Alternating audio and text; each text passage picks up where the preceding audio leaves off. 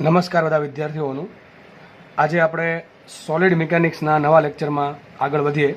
તો આની અગાઉના બે લેક્ચરમાં આપણે સોલિડ મિકેનિક્સ એટલે કે ઘન પદાર્થના યાંત્રિક ગુણધર્મમાં ઘન પદાર્થ પર અલગ અલગ પ્રકારના બળ લાગવાથી કયા કયા પ્રકારની વિકૃતિ અને કયા કયા પ્રકારના પ્રતિબળ ઉત્પન્ન થાય છે એનો અભ્યાસ કર્યો છે. એના સૂત્ર આપણે જોયા છે. ત્યારબાદ આપણે અમુક દાખલાનો પણ આપણે અભ્યાસ કરેલો છે. આ લેક્ચરમાં આપણે આગળ વધીએ તો પહેલો ટોપિક છે આપણો કે પ્રતાન બળ વિરુદ્ધ વિકૃતિનો આલેખ, એટલે કે પ્રતાન પ્રતિબળ વિરુદ્ધ વિકૃતિનો આલેખ આપણે સમજવાનો છે. અહીંયા જે પ્રતાન બળ એટલે કે જે પ્રતાન પ્રતિબળ અને જે પ્રતાન વિકૃતિની વાત કરી છે એ આપણે વાત કરી કોની કરી છે? સિગ્મા એલ અને એપ્સિલોન એલની. તો આપણે જોવાનું છે આલેખ સિગ્મા એલ વિરુદ્ધ એપ્સિલોન એલ. હવે તમને આજે સંજ્ઞા છે ખબર હોવી જોઈએ, બરાબર છે. લોન્જિટ્યુડનલ સ્ટ્રેસ અને લોન્જિટ્યુડનલ સ્ટ્રેન એ બંનેની ચર્ચા આપણે કરવાની છે. ચર્ચામાં એવું છે કે આપણે અલગ અલગ પ્રકારના પદાર્થ લેશું અને એના પદાર્થ માટે સિગ્મા વિરુદ્ધ એપ્સિલોનનો કેવો આલેખ મળે એ આપણે જસ્ટ ચર્ચા કરીશું. આ ટોપિક તમે એનસીઆરટીમાં પણ ભણ્યા હશો, બરાબર છે. ઓકે, ચલો સ્ટાર્ટ કરીએ આપણે. તો પહેલો જે આપણો પદાર્થ છે ડક્ટાઇલ એટલે કે તન્ય પદાર્થ. હવે તમે બધા તન્ય પદાર્થ જોયા હશે, કદાચ ખબર નહીં હોય પણ બની શકે કે તમે કદાચ જાણેલું હોય એના વિશે. તો તન્ય પદાર્થ કોને કહેવાય? એવા પદાર્થો કે જેની લંબાઈમાં વધારો કરી શકાય, જેને ખેંચી શકાય, જેને તાર બનાવી શકાય, જેને શીટના ફોર્મમાં ડિફોર્મ કરી શકાય. એટલે સમજો ને ભાઈ, માનો કે તમારી પાસે કોપરનો બ્લોક છે, બરાબર. કોપરનો સમજો તાર છે. આ માનો કે આ પેન છે, કોપરનો તાર છે. આ તારને તમે ખેંચો તો એ ખેંચાવવો જોઈએ, બરાબર છે. સીધી વાત છે, કોપર છે એ ખેંચાશે એટલે એની લંબાઈ વધશે, આરસીનું ક્ષેત્રફળ ઘટશે. તો આવા જે પ્રકારના પદાર્થો છે એને કહેવાય તન્ય એટલે કે ડક્ટાઇલ પદાર્થો. આની જગ્યાએ માનો કે કોઈ કાચનો ટુકડો છે, તો તમે કાચના ટુકડાને ખેંચવાનો પ્રયત્ન કરશો તો એની લંબાઈ વધશે નહીં, અમુક સમય બાદ એમાં ક્રેક પડી જશે. તો કાચ જેવા પદાર્થોને કહેવાય બ્રિટલ પદાર્થો, બટકણા પદાર્થો. ચોકનું પણ એક્ઝામ્પલ લઈ શકાય. માનો કે કોઈ ચોક પડેલો છે, આ ચોકને તમે ખેંચવાનો પ્રયત્ન કરશો તો ખેંચાશે નહીં, એની લંબાઈ બહુ ઝાઝી વધશે નહીં, બરાબર છે. અને તમે વધારે પડતું બળ લગાડશો તો ચોકનો ટુકડા થઈ જશે, આપણને ખબર છે, બરાબર છે. પણ આ પેન જે છે, પ્લાસ્ટિક છે, કોપર છે, બરાબર છે, આયરન છે, સ્ટીલ છે, બ્રાસ છે, બરાબર છે, બ્રોન્ઝ છે, આ બધા મટીરિયલ છે કે જેને આપણે સરળતાથી ખેંચી શકીએ છીએ. એવા પદાર્થોને ડક્ટાઇલ પદાર્થો કહેવાય. હવે હું અહીંયા બહુ ટૂંકમાં ચર્ચા કરું છું ડક્ટાઇલ પદાર્થો વિશે, કારણ કે મેં તમને પહેલાં કીધું હતું કે આ જે ચેપ્ટર છે એ ચેપ્ટર તમને અહીંયા બહુ શોર્ટમાં આપેલું છે. તમે જ્યારે મિકેનિકલ એન્જિનિયરિંગ અથવા સિવિલ એન્જિનિયરિંગ ભવિષ્યમાં લેશો તો તમારે બહુ ડેપ્થમાં ભણવાનું છે. અને હું પણ અહીંયા લિમિટેડ વસ્તુ તમને તમારી સાથે શેર કરીશ. બાકી તો ભાઈ આ એક આલેખ સમજાવવામાં છે ને, જેટલા લેક્ચર આ ચેપ્ટરના બનશે ને એટલા લેક્ચર ખાલી આલેખ સમજાવી શકું હું, બરાબર, આરામથી તમને. માનો ને 6-7 કલાકની વસ્તુ છે આ, ઘણું બધું ડિટેલમાં કહી શકું તમને હું. આપણે અહીંયા જેટલું તમને જરૂર છે એટલી વસ્તુ તમને શેર કરીશું. ચલો તો આપણે સમજીએ કે તન્ય એટલે કે ડક્ટાઇલ પદાર્થો માટે સિગ્મા વિરુદ્ધ ઈનો આલેખ કેવો આવે. હવે તમે જ્યારે કોલેજના ફર્સ્ટ યરમાં જશો ને ત્યારે તમારે એક એક્સપેરિમેન્ટ કરવાનો આવશે. જો તમે સિવિલ મિકેનિકલ લેશો તો એક આવશે, એક મશીન હશે. જો તમારી કોલેજમાં હશે તો એનું નામ છે યુટીએમ એટલે કે અલ્ટિમેટ ટેન્સાઇલ મશીન. એમાં શું છે, તમારી પાસે એક સ્ટાન્ડર્ડ કમ્પોનન્ટ હશે, એટલે કે સ્ટાન્ડર્ડ એક સળિયો હશે, બરાબર છે, એક મટીરિયલનો, બરાબર. મોસ્ટલી જનરલી સ્ટીલનો હોય છે. આ સળિયાને તમારે મશીનમાં ફિટ કરી દેવાનો. મશીન શું કરે, મશીનમાં બે આ પ્રમાણે જો હશે. જો એટલે કે સળિયાના બે છેડાને પકડી રાખવા માટેના સપોર્ટ. હવે શું કરશે, આ જો ધીમે ધીમે દૂર જશે. ટૂંકમાં શું છે, સળિયા પર બંને બાજુ, આ બાજુ ટેન્સાઇલ ફોર્સ લાગશે, આ બાજુ પર ટેન્સાઇલ ફોર્સ લાગશે. એમ થવાના કારણે જે સળિયો છે એની લંબાઈમાં ધીમે ધીમે ધીમે વધારો થશે. હવે આપણને ખબર છે કે ભાઈ કોઈ પણ વસ્તુ હોય, કોઈ પણ મટીરિયલ હોય જે ડક્ટાઇલ હોય તો એને એક લિમિટ છે, કોઈ સ્ટ્રેન્થને, કોઈ બળને સહન કરવાની. એક લિમિટ કરતાં વધારે પ્રકારનું જ્યારે બળ એના પર લાગશે ત્યારે એ તૂટી જશે. માનો કે કંઈક આ પ્રકારનો પદાર્થ લઈએ આપણે નોર્મલી, આ પ્રકારનો પેલા સળિયો હોય છે એક્ઝેક્ટલી, બરાબર છે. થોડોક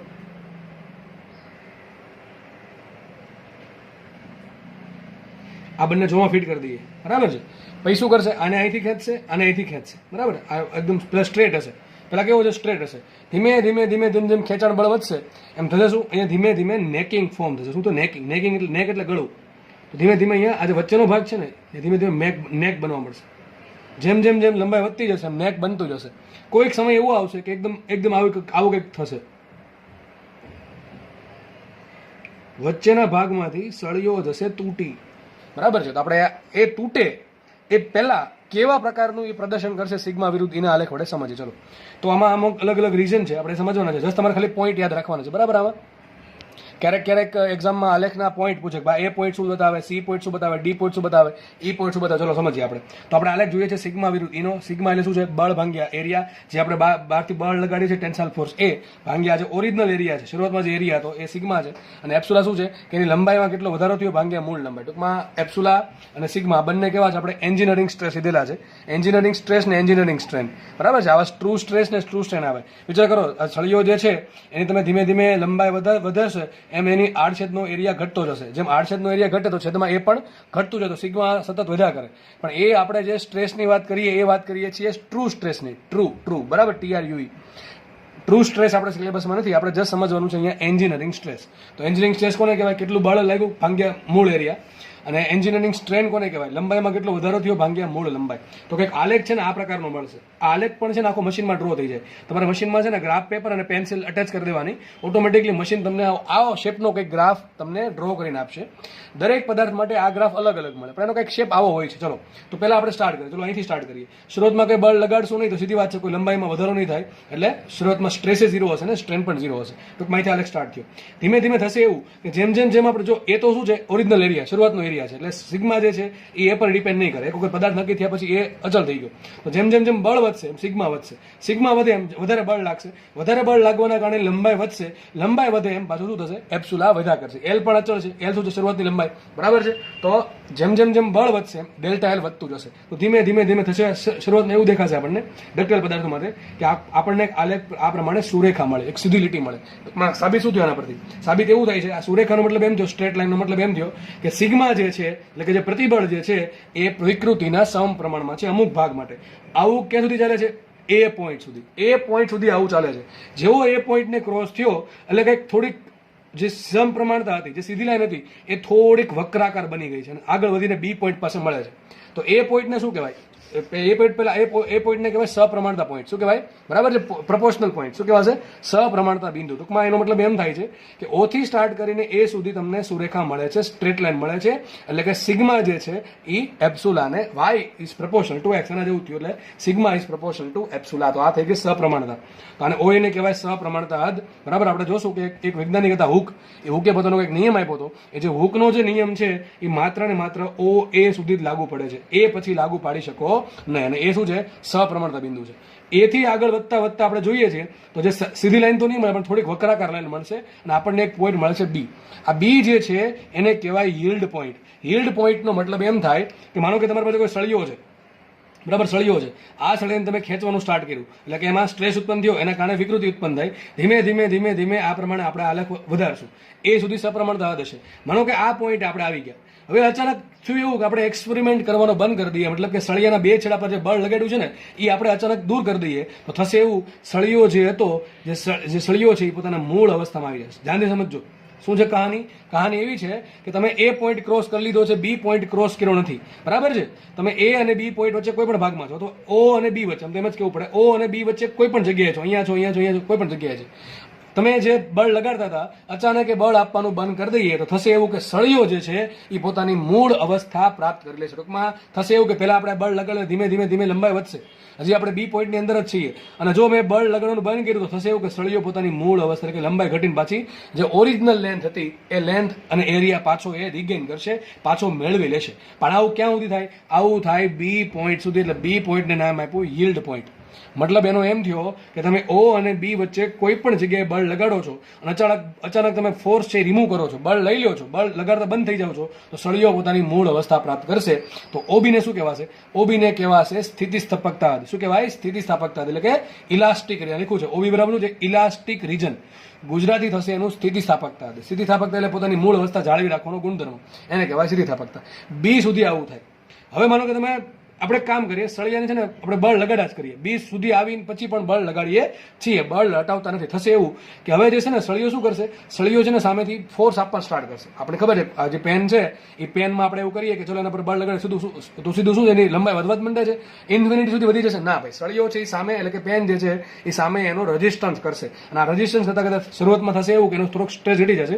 હવે આ રીઝનને સમજાવવા માટે મારે આમ તો કલાક 2 કલાકની જરૂર પડે કે બી થી સી પોઈન્ટ નીચે કેમ ગયો, બરાબર છે. આમાં એમ થાય પ્લાસ્ટિક ફ્લો. શું કહેવાય? પ્લાસ્ટિક ફ્લો થાય છે એવું કે બળ લાગે છે છતાં પણ જો પ્રતિબળ ઘટે છે, બળ લાગે છે છતાં પણ પ્રતિબળ ઘટે છે, બરાબર. આપણે બધા ચર્ચા નથી કરવી. સી પોઈન્ટને કહેવાય લોઅર યીલ્ડ પોઈન્ટ. તમે કોલેજમાં ભણશો, બરાબર, કે આ હકીકત નીચે કેમ જાય છે, અશુદ્ધિના કારણે પણ થાય, થોડીક જે આમાં જે પાર્ટિકલ્સ છે, બરાબર છે, ઇન્ટરમોલિક્યુલર રેઝિસ્ટન્સ, બરાબર છે, એના કારણે આ જે રેઝિસ્ટન્સ વધવાના કારણે બી થી સી નીચે જાય છે. સી પોઈન્ટને કહેવાય લોઅર યીલ્ડ પોઈન્ટ. તમારેનું કોઈ કામ નથી. આપણે આગળ વધીએ. હજી આ તમારે કંઈ કામનું છે નહીં, આ સિલેબસ બહારનું છે, બરાબર. હજી આપણા લોઅર યીલ્ડ પોઈન્ટનું એવું છે કે તમે હવે વિચારો, તમે માનો કે સી પોઈન્ટ પાસે આવી ગયા, સી પોઈન્ટ પાસે આવી ગયા અને માનો કે અચાનક બળ લગાડવાનું બંધ કરી દીધું, તો શું સળિયો પોતાની મૂળ અવસ્થા પ્રાપ્ત કરશે? નહીં કરે. કેમ? બી સુધી બળ લગાડો તો જ કરે. બી ને ક્રોસ કર્યો એટલે 100% એમાં કંઈક કાયમી વિકૃતિ ઉત્પન્ન થઈ જશે, બરાબર. બી સુધી બળ લગાડો તો કઈ વાંધો છે નહીં, પોતાની મૂળ અવસ્થા પ્રાપ્ત કરી લેશે. પણ જેવું તમે બી ને ક્રોસ કર્યો અને પછી આગળ વધીને સી પાસે પહોંચ્યા, બરાબર છે, ટૂંકમાં બી ને ક્રોસ કરીને આગળ વધશો અને કોઈ પણ પોઈન્ટ પર તમે બળ લગાડવાનું બંધ કરશો તો થશે એવું કે સળિયો પોતાની મૂળ અવસ્થા પ્રાપ્ત નહીં કરે. ટૂંકમાં એમાં કંઈક ને કંઈક પરમેનન્ટ કાયમી સ્વીકૃતિ આવી જશે. સી પોઈન્ટને સમાંતર, સી પોઈન્ટમાંથી આ જે ઓએ લાઈન છે એને સમાંતર તમે લાઈન ડ્રો કરો તો અહીંયા લાઈન કંઈક મેચ થશે. મતલબ એમ થયો કે અહીંયા બળ લગાડવાનું બંધ કર્યું, મતલબ સ્ટ્રેસ ઝીરો થઈ ગયો, પણ વિકૃતિ કંઈક પરમેનન્ટ આવી ગઈ. જો બળ નથી લાગતું તો વિકૃતિ તો આવી જ ગઈ છે. કેટલી? લગભગ 1% વિકૃતિ આવે, બરાબર. 1% વિકૃતિ આવે. ટૂંકમાં જે લંબાઈ છે એમાં 1% વધારો થઈ ગયો. જેટલી લંબાઈ હશે એમાંથી 1% લંબાઈ વધી જશે, બરાબર છે. આ કહાની સી પોઈન્ટની હતી. તમારે કોઈ કામનું છે નહીં, યાદ રાખવાનું. આપણે આગળ વધીએ. બી પોઈન્ટ પરથી આપણે આગળ વધીએ, બળ લગાડતા જઈએ છીએ તો ધીમે ધીમે થશે એવું કે આપણે ડી પોઈન્ટ પર આવશું. આ ડી પોઈન્ટ એવો પોઈન્ટ મળે છે આલેખમાં કે જેના માટે સિગ્મા સૌથી મહત્તમ મળે છે. એને કહેવાય સિગ્મા મેક્સિમમ, બરાબર છે. અલ્ટિમેટ પોઈન્ટ કહેવાય. શું કહેવાય? અલ્ટિમેટ સ્ટ્રેસ, બરાબર. ડી પોઈન્ટ શું મળે છે? અલ્ટિમેટ એટલે વધુમાં વધુ, બરાબર. તો ડી શું છે? મહત્તમ પ્રતિબળ બિંદુ, એટલે સિગ્મા મેક્સિમમ મળશે ત્યાં આપણને, બરાબર છે. પછી હજી આપણે બળ લગાડવાનું સ્ટાર્ટ કરીએ તો એક પોઈન્ટ આપણને મળશે ઈ છે ફ્રેક્ચર પોઈન્ટ અથવા બ્રેકિંગ પોઈન્ટ, કે જ્યાં પદાર્થ છે એ તૂટી જશે. ટૂંકમાં આ પોઈન્ટ બાદ છે ને આ પ્રમાણે નેકિંગ એટલું બધું વધી જશે વચ્ચેના ભાગમાં કે સળિયાના બે ભાગ થઈ જશે. અને આ જો ડક્ટાઇલ પદાર્થો હોય તો આજે છે કોન શેપ નેકિંગ, કોન શેપ ફ્રેક્ચર. કેવું થાય? કોન એટલે કે શંકુ આકાર, દેખાય છે ને તમને? આ પ્રમાણે શંકુ આકારનું એમાં ફ્રેક્ચર થાય. આ બધી એક્સ્ટ્રા માહિતી છે. જોકે મેં તમને આલેખ બહુ જ ટૂંકમાં સમજાવેલો છે, જેટલો તમારે સમજવાનો માટે જરૂરી હતો, બરાબર છે. બાકી મેં તમને કીધું પ્રમાણે આ વસ્તુ ઘણો સમય માંગી લી, બરાબર. તમારે જસ્ટ યાદ રાખવાનું છે એક તો શેપ કેવો છે અને અલગ અલગ પોઈન્ટ. એક તો એ પોઈન્ટ, બી પોઈન્ટ, ડી પોઈન્ટ અને ઈ પોઈન્ટ શું છે, એના નામ શું છે, બસ તમારે એટલું યાદ રાખવાનું છે. મેં બધું લખી દીધું છે. ઓએ શું છે? સપ્રમાણતા હદ છે, જ્યાં સુધી ઓકનો નિયમ પાલન થાય છે એનું. એ છે સપ્રમાણતા બિંદુ. બી છે યીલ્ડ પોઈન્ટ, લખ્યું છે. બી પોઈન્ટ પછી શું થશે? બી પોઈન્ટ પછી તમે બળ લગાડશો તો ત્યારબાદ પદાર્થ પોતાના મૂળ અવસ્થામાં આકારમાં આવી શકતું નથી. ચલો, સી શું છે? સી છે લોઅર યીલ્ડ પોઈન્ટ. તમારે યાદ રાખવાની કોઈ જરૂર છે નહીં. ડી છે અલ્ટિમેટ સ્ટ્રેસ, બરાબર, કે જ્યાં આપણને સિગ્મા મેક્સિમમ મળશે, મહત્તમ પ્રતિબળ બિંદુ. ઈ શું છે? ફ્રેક્ચર પોઈન્ટ અથવા બ્રેકિંગ પોઈન્ટ, કે જ્યાં પદાર્થનું ફ્રેક્ચર થાય છે. ઓબી શું છે? ઓબીને કહેવાય ઇલાસ્ટિક રીજન, એટલે કે ગુજરાતીમાં કહેવાય છે સ્થિતિસ્થાપકતા ભાગ. સ્થિતિસ્થાપકતા ભાગની મેં કહાની તમે કરી એ પ્રમાણે આટલો ભાગ છે ને સ્થિતિસ્થાપકતા ભાગ છે. ટૂંકમાં તમે ઓ થી બી સુધીમાં કોઈ પણ પોઈન્ટ પર બળ લગાડો છો અને અચાનક બળને રિમૂવ કરો છો તો પદાર્થ પોતાની મૂળ અવસ્થામાં આવી જશે. બી પોઈન્ટને ક્રોસ કરીને તમે આગળ ગમે ત્યાં વધશો અને પછી તમે બળ લગાડવાનું બંધ કરો તો પદાર્થ પોતાની મૂળ અવસ્થામાં નહીં આવે. એમાં કંઈક પરમેનન્ટ ડિફોર્મેશન થશે, એમાં પરમેનન્ટ વિકૃતિ આવશે, એમાં કાયમી વિકૃતિ આવશે, એટલે એને કહેવાય પ્લાસ્ટિક રીજન, બરાબર છે. એને કહેવાય પ્લાસ્ટિક રીજન. તો બી શું છે? બી અને ઈ વચ્ચેનો કોઈ પણ પોઈન્ટ કયા ભાગમાં આવશે? પ્લાસ્ટિક રીજનમાં આવશે. જસ્ટ તમારે શું યાદ રાખવાનું છે?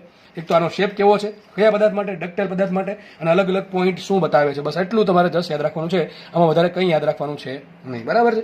પછી આપણે ભવિષ્યમાં એવું સાબિત કરશું કે આ જે આલેખ છે ને એના નીચે જે ક્ષેત્રફળ ઘેરાય છે ને, આ આલેખના નીચે જે ક્ષેત્રફળ ઘેરાય છે એ શું બતાવે? એ બતાવે છે પદાર્થમાં સંગ્રહ પામતી સ્થિતિસ્થાપક સ્થિતિ ઉર્જા. વિચાર કરો, આપણે પેન છે, આ પેન મને કે કોપરની પેન છે અથવા સ્ટીલની પેન છે, સ્ટીલનો સળિયો છે. હવે આપણે મારે ખેંચીને લંબાઈ વધારવી છે, આને મારે તોડવો છે, તો ડાયરેક્ટલી તૂટશે નહીં. આના પર મારે કંઈક કાર્ય કરવું પડશે. હું જે કાર્ય કરીશ એ જશે ક્યાં? ઉર્જા ક્યાં ગઈ?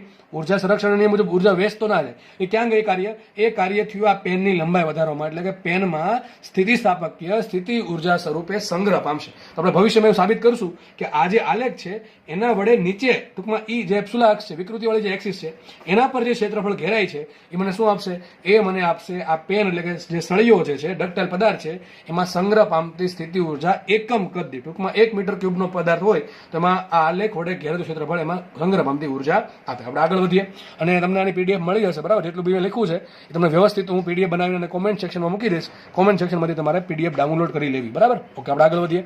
તો જસ્ટ તમે ખાલી અત્યારે સમજવાનો પ્રયત્ન કરો, બરાબર, લખવાનો પ્રયત્ન નહીં કરતા.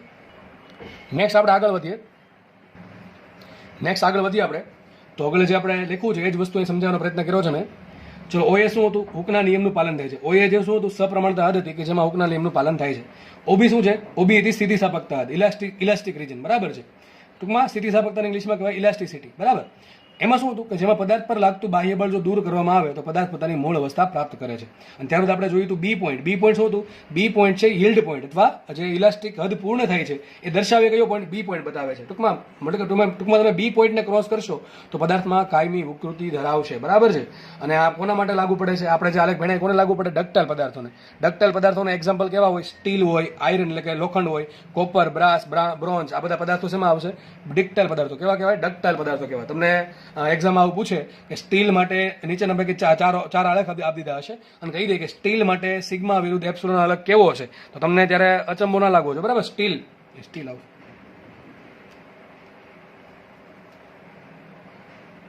સોરી, સ્ટીલ, બરાબર.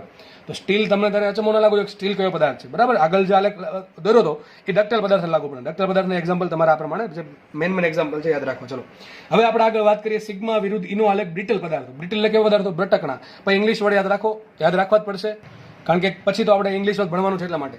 તો બ્રિટલ પદાર્થો કોને કહેવાય? બટકણા પદાર્થો કોને કહેવાય? સિમ્પલ, આપણે જે ચોક છે, બરાબર છે, કાચ છે, બધા પદાર્થો શેમાં આવશે? બ્રિટલ પદાર્થોમાં આવશે. આપણને ખબર છે કે જ્યારે માનો કે કોઈ ચોક છે અથવા કાચનો ટુકડો લઈએ એને આપણે ખેંચવાનો પ્રયત્ન કરશું તો ખેંચાશે? શું લાંબો ખેંચાશે? ના. જેટલો આપણે કોપરના વાયરને ખેંચી શકીએ, બરાબર છે, એટલો કાચના ટુકડાને કે ચોકના ટુકડાને ખેંચી ના શકીએ. બહુ પહેલા જ એમાં વિકૃતિ ઉત્પન્ન થઈને એનો ટુકડા થઈ જશે. ટૂંકમાં જે આપણે આગળ આલેખ મેળવ્યો હતો, બહુ લાંબો આલેખ આ પ્રમાણે હતો કંઈક, બરાબર છે, બરાબર. આ પ્રમાણે આલેખ એવો અહીંયા મળશે નહીં. આ તો થોડોક મોટો આલેખ ડ્રો કર્યો છે. અહીંયા થશે એવું કે ધીમે ધીમે આપણે પ્રતિબળ વધારીએ છીએ, એટલે કે બળ વધારીએ છીએ અને પ્રતિબળ વધશે. પ્રતિબળ વધવાના કારણે થોડીક લંબાઈમાં વધારો થશે. એટલો બધો મોટો નહીં. તમને થશે આટલી બધી વિકૃતિ આવશે? બહુ ઓછી વિકૃતિ આવે. જસ્ટ તમને સમજવા માટે મેં મોટું ડ્રો કર્યું છે. અને ડાયરેક્ટ એમાં ફ્રેક્ચર પોઈન્ટ આવે. પહેલામાં જે અહીંયા સપ્રમાણતા પોઈન્ટ હતો, યીલ્ડ પોઈન્ટ હતો, મેક્સિમમ સ્ટ્રેસ પોઈન્ટ હતો, બરાબર છે, પછી ફ્રેક્ચર પોઈન્ટ હતો. આવા કોઈ પોઈન્ટ આમાં જોવા મળશે નહીં. ડાયરેક્ટલી શું થશે? બટકી જશે. આપણે ખબર છે ચોકના ટુકડાને આપણે ખેંચીએ સીધો બટકી જાય? સરના સીધો તો બટકી નહીં જાય. ચોકના ટુકડાને ખેંચવાથી ડાયરેક્ટલી તો બટકી નહીં જાય, થોડુંક તો એ રેઝિસ્ટન્સ આપશે. તો આજે આલેખ છે એટલો રેઝિસ્ટન્સ બતાવે છે, પણ આ બહુ જાજુ સહન નહીં કરી શકે, કારણ કે જે બટકના પદાર્થો, યાદ રાખજો, જે બ્રિટલ પદાર્થો છે એ ટેન્શનમાં એટલે કે એને ખેંચાણમાં છે નબળા હોય, પણ એને તમે દબાવશો તો ફટાફટ તૂટશે નહીં, બરાબર. ટ્વિસ્ટમાં તો હજી નબળા હોય, બરાબર. ટ્વિસ્ટ એટલે ખબર પડે ને તમને. આ પેન મને કે ચોકનો ટુકડો છે, તમે ખેંચીને તોડો અને આમ ટ્વિસ્ટ કરીને તોડશો, આ પ્રમાણે ટૂંકમાં ટોર્ક આપશો, કપલ આપશો તો ફટાફટ તૂટશે. કારણ કે બ્રિટલ પદાર્થો જે છે એ ટ્વિસ્ટિંગમાં ઘણા નબળા હોય. ડક્ટાઇલ પણ થોડાક નબળા હોય, પણ બ્રિટલ થોડાક વધારે નબળા હોય, બરાબર. ચલો આગળ વધીએ. હવે આપણે જોશું રબર જેવા એમોરોફસ. તમે બધા કેમિસ્ટ્રી ભણતા હશો. એમોરોફસ શું છે, બરાબર? જે ક્રિસ્ટલાઇન સ્ટ્રક્ચર ના ધરાવતા હોય, બરાબર છે, જેમાં લેટિસની ગોઠવણી વ્યવસ્થિત ના હોય, એવા પદાર્થો એમોરોફસ કહેવાય. તો રબર જેવા પદાર્થો માટે સિગ્મા વિરુદ્ધ ઇનો આલેખ. તો આપણે ખબર છે કે રબર જેવા પદાર્થને આપણે ખેંચીએ તો ધીમે ધીમે એની લંબાઈ વધશે. ઘણી બધી લંબાઈ વધવા છતાં પણ એ છે એ પોતાને તૂટતું નથી, બરાબર, તૂટતું નથી. અને આપણે એને ઘણી બધી લંબાઈ વધારવા છતાં એને જો મૂકી દેશું તો એ પોતાની મૂળ અવસ્થા પ્રાપ્ત કરી લેશે. આ સારા રબરની વાત થાય છે, બરાબર છે. તમને કંઈક આલેખ આ પ્રમાણે મળે છે, બરાબર. આ પ્રમાણે આલેખ મળે છે. શરૂઆતમાં ધીમે ધીમે સ્ટ્રેસ વધશે. આ પોઈન્ટ પર મેક્સિમમ સ્ટ્રેસ આવ્યો અને માનો કે હજી તમે વધારો તો એવું નથી કે વધ્યા જ કરશે, અમુક સમય તૂટી જશે. આપણે તોડવું નથી એને. અને માનો કે આપણે અહીંયાથી શું કરીએ, અહીંથી પાછળ આપણે જે બળ લગાડતા હતા બંધ કરી દઈએ તો સિગ્મા ધીમે ધીમે ઘટાડીએ ટૂંકમાં, તો આલેખ આ પ્રમાણે પાછું પોતાની મૂળ અવસ્થામાં આવશે. રબર પોતાની મૂળ અવસ્થામાં આવશે, બરાબર છે. ટૂંકમાં પેલા ડક્ટાઇલમાં શું હતું કે તમે એ પોઈન્ટ સુધી બળ લગાડો છો, સ્ટ્રેસ લગાડો તો માંડ મૂળ અવસ્થામાં આવશે. સોરી, બી પોઈન્ટ સુધી, એ પોઈન્ટની બી પોઈન્ટ સુધી, બી પોઈન્ટ પછી મૂળ અવસ્થામાં આવશે. જ્યારે રબર જેવા પદાર્થોમાં ઘણો લાંબો સ્ટ્રેસ લગાડવા છતાં, ઘણું લાંબુ બળ લગાડવા છતાં પોતાની મૂળ અવસ્થા પ્રાપ્ત કરે છે. એનો શેપ કંઈક આ પ્રમાણે હોય છે અને આ શેપને હિસ્ટ્રેસિસ લૂપ કહેવાય. શું કહેવાય? Hysteresis loop. તો આવા શેપ આપણને જોવા મળશે રબરમાં. મેન તમારે જે આલેખ યાદ રાખવાનો છે, જસ્ટ આના બધાના શેપ યાદ રાખવાના છે. અને મેન આમાં જે છે આ જે ડક્ટાઇલ પદાર્થ માટે કીધો એ તમારે ખાસ યાદ રાખવાનો છે, બરાબર. તો આ બધા આલેખ થાય છે પૂરા. આપણે આગળ વધીએ. હવે આની પીડીએફ તમને મળી જશે. ચલો નેક્સ્ટ આપણે વાત કરીએ. અહીંયા લખ્યું છે, જે હું બોલ્યો તો એ જ લખ્યું છે કે સિગ્મા વિરુદ્ધ ઇના આલેખ વડે નીચે ઘેરાતું ક્ષેત્રફળ શું આપશે?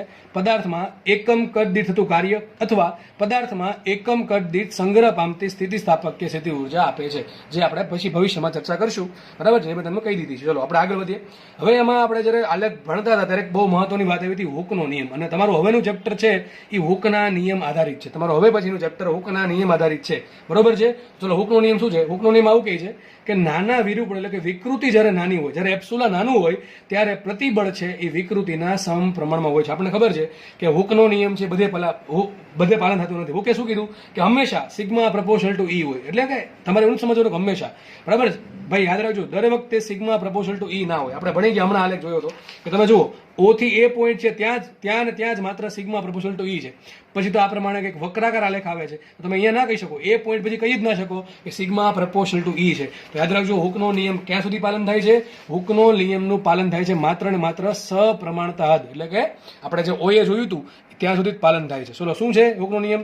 હુકનો નિયમ છે સિગ્મા પ્રપોર્શનલ ટુ ઈ. ટૂંકમાં યાદ રાખજો. હવે આપણે જ્યાં પણ સમજશું, જ્યાં પણ વાંચશું આવું કે સિગ્મા પ્રપોર્શનલ ટુ ઈ, ત્યાં આપણે એવું જ માનશું કે ભાઈ સપ્રમાણતા હદ સુધીના જ સ્ટ્રેસ છે અને સપ્રમાણતા હદ સુધીનો સ્ટ્રેન છે, તો જ આપણે આવું લખી શકીએ, બાકી લખી શકીએ નહીં.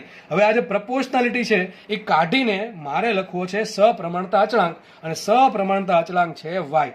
તો સિગ્મા બરાબર આવશે વાય ઇન્ટુ એપ્સુલા. આ જે વાય છે એ વાયને કહેવાય યંગ મોડ્યુલસ. શું કહેવાય વાયને? યંગ મોડ્યુલસ, બરાબર છે. એક અચળાંક છે. કોના પર ડિપેન્ડ કરે? વાય ડિપેન્ડ કરશે માત્ર ને માત્ર દ્રવ્યની જાત પર.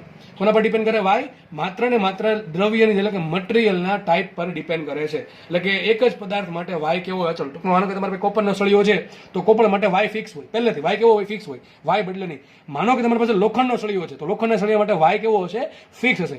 માનો કે તમારી પાસે સ્ટીલનો સળિયો છે તો સ્ટીલના સળિયા માટે વાય કેવો હોય? ફિક્સ હોય. તમારી પાસે માનો કે બે સળિયા લઈ લે આપણે, આ કોપરનો છે ને આ પણ કોપરનો છે, તો બે માટે લંબાઈ ભલે અલગ હોય, બંને માટે એરિયા ભલે અલગ હોય, બંને પર આપણે અલગ અલગ બળ લગાડીએ, બંનેમાં ભલે અલગ અલગ પ્રતિબળ લાગે, બંનેમાં ભલે અલગ અલગ વિકૃતિ ઉત્પન્ન થાય, પણ બંને માટે વાય તો સરખા જ છે જો બંને કોપરના સળિયા હોય તો. ઇન શોર્ટ તમારે મગજમાં એટલું રાખવાનું છે કે જે યંગ મોડ્યુલસ છે વાય એ કોના પર ડિપેન્ડ કરે? માત્ર ને માત્ર મટીરિયલ પર. એટલે કે એક જ મટીરિયલ હોય તો વાય સરખો હોય. તમારે આ લેવલે એટલું જ જાણવાની જરૂર છે, વધારે જાણવાની જરૂર છે. અને લખ્યું છે યંગ મોડ્યુલસ સિગ્મા કે એપ્સુલા પર આધાર રાખતો નથી. અલ્ટિમેટલી એમ થાય ઊંધું કે સિગ્મા અને એપ્સુલા વાય પર ડિપેન્ડ કરે, પણ વાય છે એ સિગ્મા અને એપ્સુલા પર ડિપેન્ડ ના કરે. ઘણા એમ કે સર આપણે સિગ્મા ડબલ કરીએ તો વાય ડબલ ન થાય. અરે ભાઈ તો એપ્સુલા ડબલ થઈ જશે, પણ વાય કેવો રહે? અચળ રહે. ઘણાના મનમાં એવું સર સૂત્રમાં વાય આવે એટલે સિગ્મા બદલો કે ઈ બદલો એટલે વાય બદલે. ના ના ના, વાય બદલશે તો સિગ્મા ઈ બદલશે, પણ સિગ્મા અને ઈ બદલવાથી વાય બદલે ને. ટૂંકમાં તમને એક વખત નક્કી કરી નાખ્યું આપણો સળિયો જે છે એ કોપરનો છે કે સ્ટીલનો છે કે આયરનનો છે, લોખંડનો છે, તો વાય કેવું થઈ જશે? ફિક્સ થઈ જશે. ચલો હવે બીજી વાત. આમ તો સિગ્મા પ્રપોર્શનલ ટુ ઈ બરાબર આપણે શું કર્યું? પ્રપોર્શનાલિટી કરીને વાય મૂકો છે. આપણે લખ્યું સિગ્મા બરાબર વાય. આ સૂત્ર તો જ વેલિડ છે કે આપણે કયા સ્ટ્રેસની વાત કરીએ? આપણે વાત કરીએ લોન્જીટ્યુડનલ સ્ટ્રેસ, એટલે કયો? આપણે પ્રતાન પ્રતિબળની વાત કરીએ અને પ્રતાન વિકૃતિની વાત કરીએ તો જ સૂત્ર સાચું છે. તો સિગ્મા એલ બરાબર વાય ઇન્ટુ એપ્સુલા એલ. લખ્યું છે સિગ્મા એલ બરાબર શું આવે? Y into epsilon L. તો વાય બરાબર આવશે sigma upon L, sorry sigma upon epsilon. Sigma કઈ લીધું છે મેં? પ્રતાન પ્રતિબળ લંબાઈ વાળું, બરાબર છે, અને વિકૃતિ પણ લંબાઈ વાળી છે, જે તમને આગળના લેક્ચર જોવા જરૂરી છે, ખબર ન હોય તો. તો આપણે વાયનું સૂત્ર મળી ગયું. વાય બરાબર આવશે સિગ્મા એલ અપોન એપ્સુલા એલ, બરાબર છે. વાયને શું કહેવાય? Young modulus. આપણે આ ચેપ્ટરમાં કુલ 3 મોડ્યુલસ જોવાના છે. એક છે યંગ મોડ્યુલસ, બીજો છે બલ્ક મોડ્યુલસ, અને ત્રીજો છે મોડ્યુલસ ઓફ રિજિડિટી. અત્યારથી એક કામ કરો, અત્યારથી યાદ રાખજો મોડ્યુલસ બરાબર શું આવે? મોડ્યુલસ બરાબર આવશે, યાદ રાખજો, સ્ટ્રેસના છેદમાં સ્ટ્રેન, એટલે કે પ્રતિબળના છેદમાં વિકૃતિ. અલગ અલગ મોડ્યુલસ માટે અલગ અલગ સ્ટ્રેસ ને સ્ટ્રેન આવશે. અહીંયા કયા આવ્યા? પ્રતાન પ્રતિબળના છેદમાં પ્રતાન વિકૃતિ, એટલે કે લોન્જીટ્યુડનલ સ્ટ્રેસ ડિવાઇડેડ બાય લોન્જીટ્યુડનલ સ્ટ્રેસના છેદમાં લોન્જીટ્યુડનલ સ્ટ્રેન. ઓકે, વાત કરીએ વાયના એકમની. ઘણી બધી વખત પૂછાય છે, બરાબર છે. ડાયરેક્ટલી તો નહીં પૂછાતો, પણ ઇનડાયરેક્ટલી ઘણી જગ્યાએ કામ આવે છે. તો વાય શું છે? પ્રતિબળ છેદમાં વિકૃતિ. વિકૃતિનો એકમ શું હોય? કંઈ ના હોય. જુદી વાત છે, સિગ્માનો જે એકમ હશે એ જ વાયનો એકમ હશે. તો વાયનો એકમ શું આવશે? ન્યૂટન પર મીટર સ્ક્વેર. ઘણી વખત એને એમએલટીની જરૂર પડે, તો જો ભાઈ વાયનો એકમ બન્યો ન્યૂટન પર મીટર સ્ક્વેર.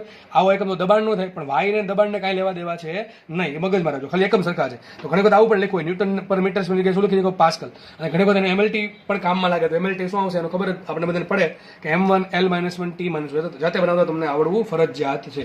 તો આ હતી વાયની કહાની. યાદ રાખજો વાય શું છે? સિમ્પલ. અત્યારે તમારા બેઝિક લેવલે યાદ રાખવા માટે તમારું જે સ્ટાન્ડર્ડ છે 12મો 11-12, એમાં ખાલી એટલું યાદ રાખવું જરૂર છે કે વાય બરાબર સિગ્મા એલ બાય એપ્સુલા એલ. જે લોકો ભવિષ્યમાં એન્જિનિયર બનશે સારી કોલેજમાંથી, એમાં એ લોકો મારી જેમ કંઈક ડિટેલમાં અભ્યાસ કરશે આ વસ્તુનો. ઓકે, ચલો આગળ વધીએ આપણે.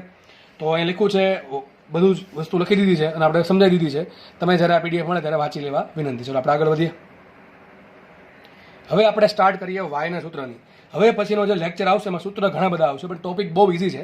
આ અમે સાબિત કરવા માટે કદાચ ટોપિકની લંબાઈ હોઈ શકે, પણ છેલ્લે તમને કદાચ યાદ ન રહે તો તમે છેલ્લે કન્ક્લુઝન જે આવે સૂત્રનો જે નિષ્કર્ષ આવે એ તમારે યાદ રાખી લેવો. છતાં પણ આવું કરવાથી પણ તમને બધા દાખલા આવડી જશે. ચલો આગળ વધીએ આપણે.